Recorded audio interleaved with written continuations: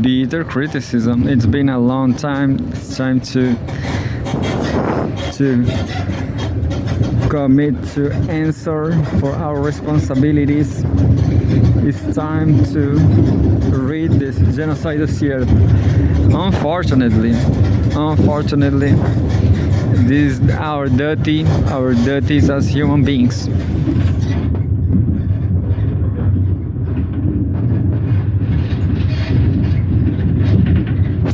The Zionist government, Netanyahu is committing a genocide. We'll see, it is almost 60,000 people.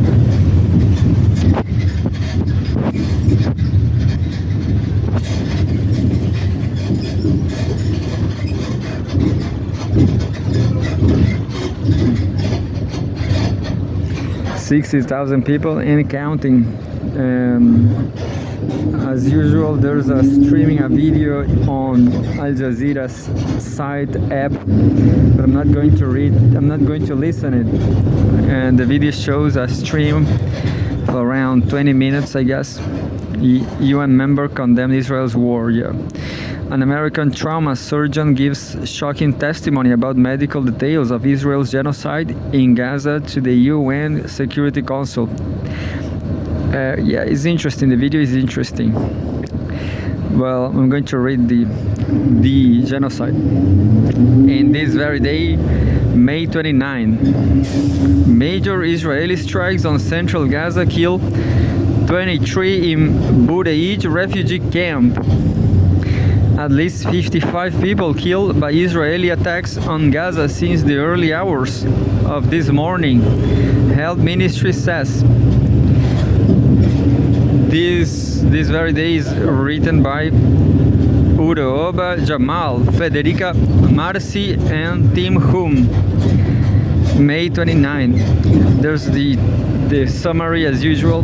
Israeli attacks on Gaza have killed at least 55 people so far today, including 23 killed in an intense wave of strikes on central Gaza's Budeij. The Israeli government has approved 22 illegal settlements in the occupied West Bank, the largest one-time approval in history.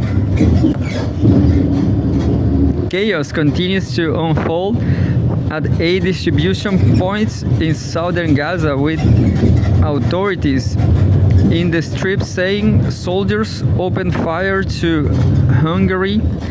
on hungry people, killing at least 10 over the last 3 days.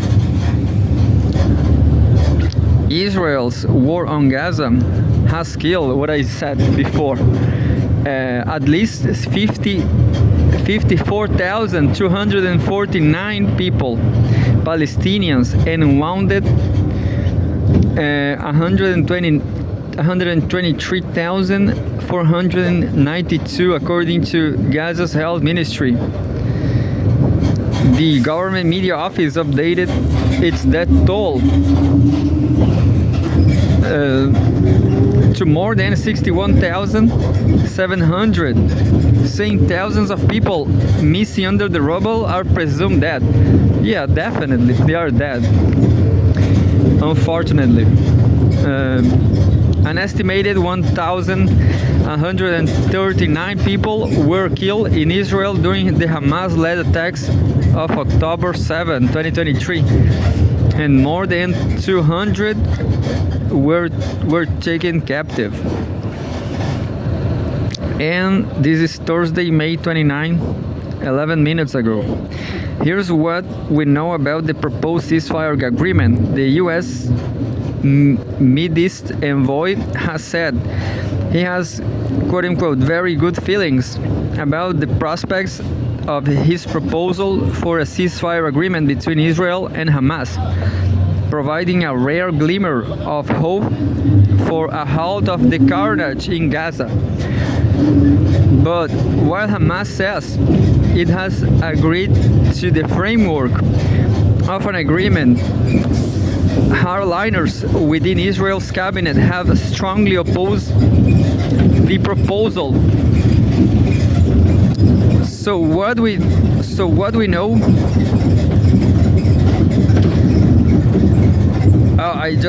I missed the. So what we know about the proposed ceasefire agreement?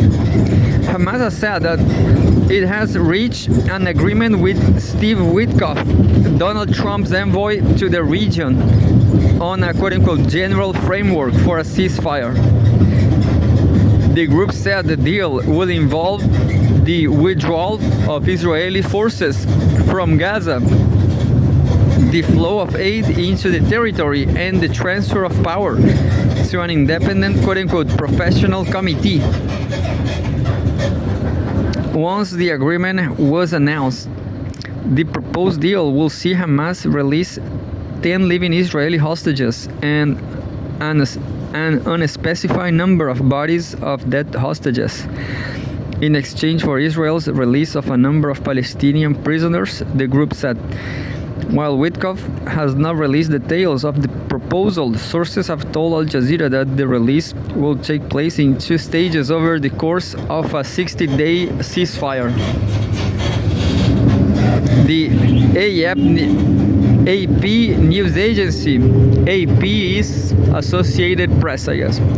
The AP news agency reported citing Hamas official and an Egyptian official that more than 1,100 Palestinians prisoners, including 100 serving long sentences for deadly attacks, will be released, and that Israeli forces will withdraw to position held during the previous ceasefire, while both sides pledged to hold serious negotiations to reach a long-term deal.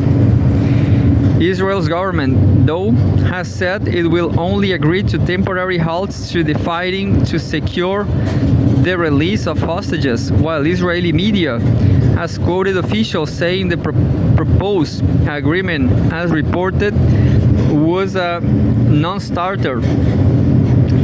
Hardline government ministers have railed against the proposal, with Finance Minister Bezalel Smotrich saying it will be, quote, a lifeline to Hamas, end quote. Quote, we are not leaving areas we have conquered, end quote, he said. National Security Minister Itamar Ben-Gvir said that Netanyahu's accepting such a deal will be crossing a quote-unquote red line. Israeli opposition figures, though, have voiced support for the proposal, with opposition leader Yair Lapid urging Netanyahu to ultimately accept the framework, pledging to give him political support for the deal if the Prime Minister's hardline allies try to torpedo it. Benny Gantz, chairman of the opposition National Unity Party, has also called for Netanyahu to accept the proposal, saying he had, quote-unquote, no excuse not to. Netanyahu is expected to hold a security meeting today to discuss the proposal, Israeli media is reporting. And there's a photograph. U.S. envoy Steve Witkoff has been mediating an agreement in Qatar. And I saw a new live update just when I was reading.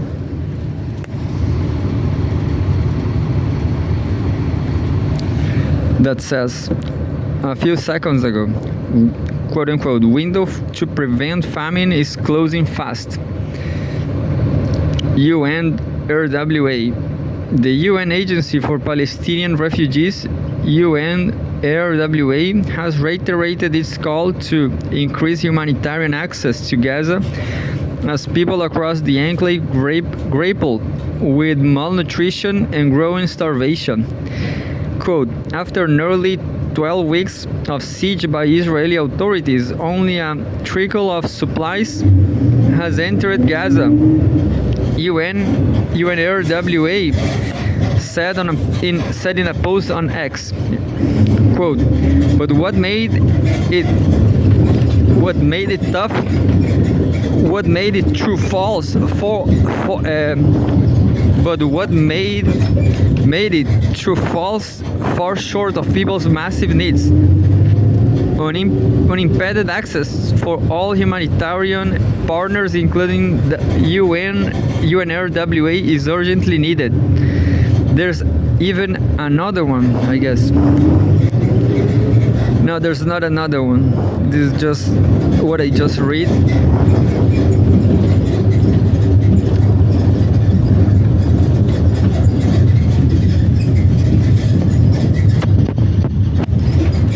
Minutes ago, Palestinian farmers brace for Israel's settlement expansion plan. Abbas Milhem, executive director of the Palestinian Farmers Union, says the international community must respond to Israel's plan to establish nearly 24 new illegal settlements in the occupied West Bank.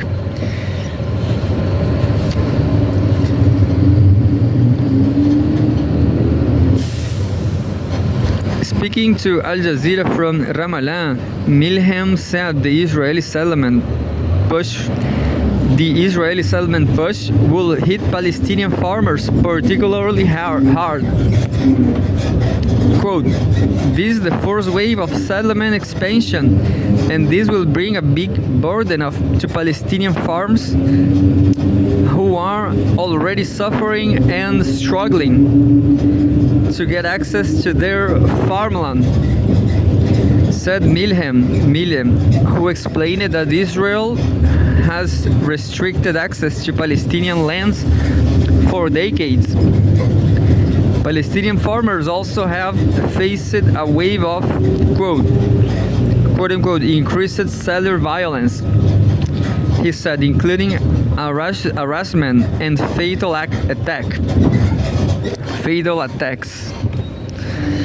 Quote, and those settlers are supported and financed by their government. All this will make farming and farmers' existence in the West Bank very challenging, end quote, said Wilhelm, adding that supporting Palestinian farmers is a form of resistance to the Israeli occupation and settler attacks. And 1 hour ago,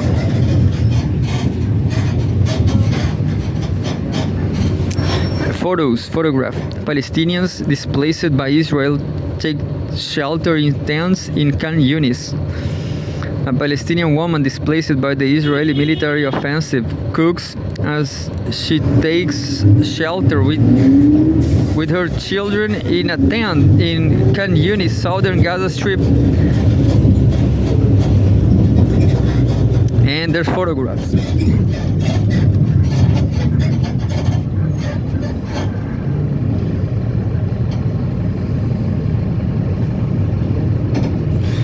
What everybody knew from yesterday is that the Palestinians were taking aid. Palestinians were taking aid, and Netanyahu killed. I don't remember. Netanyahu opens fire against 80 Palestinians, something, and I guess this is old news now. But yeah, terrible. The genocide is. The genocide is healthy. The genocide is alive. The genocide is alive. The Palestinians are dying.